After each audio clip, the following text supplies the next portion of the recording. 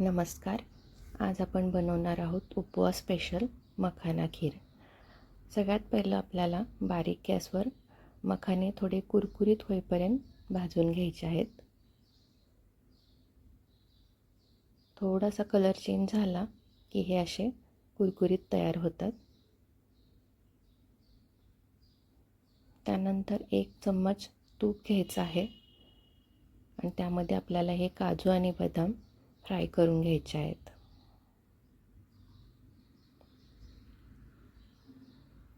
हेही छान आता कुरकुरीत फ्राय झालेले आहेत, तर हेही काढून घ्यायचे.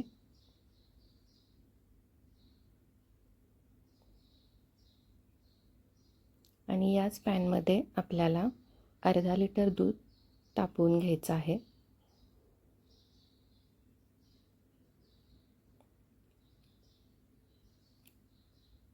आता थोडेसे मखाने घ्यायचे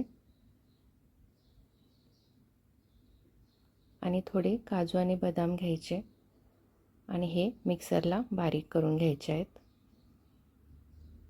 अशा पद्धतीने आपल्याला ही पावडर तयार करून घ्यायची आहे. दूध चांगलं गरम झालंय, उकळी आलेली आहे, तर यामध्ये आपल्याला ही तयार पावडर घालून घ्यायची आहे आणि एकसारखं मिक्स करून घ्यायचं, म्हणजे याच्या गुठळ्या होणार नाहीत.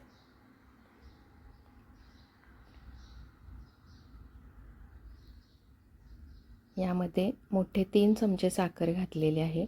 तुम्ही तुमच्या आवडीनुसार कमी जास्त घालू शकता.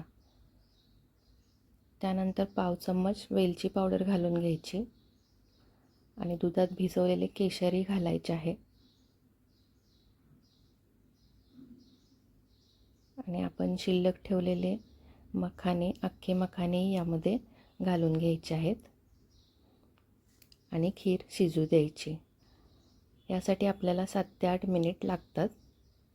असं मध्ये मध्ये थोडंसं हलवत राहायचं चमच्याच्या साहाय्याने, म्हणजे हे खाली लागणार नाही.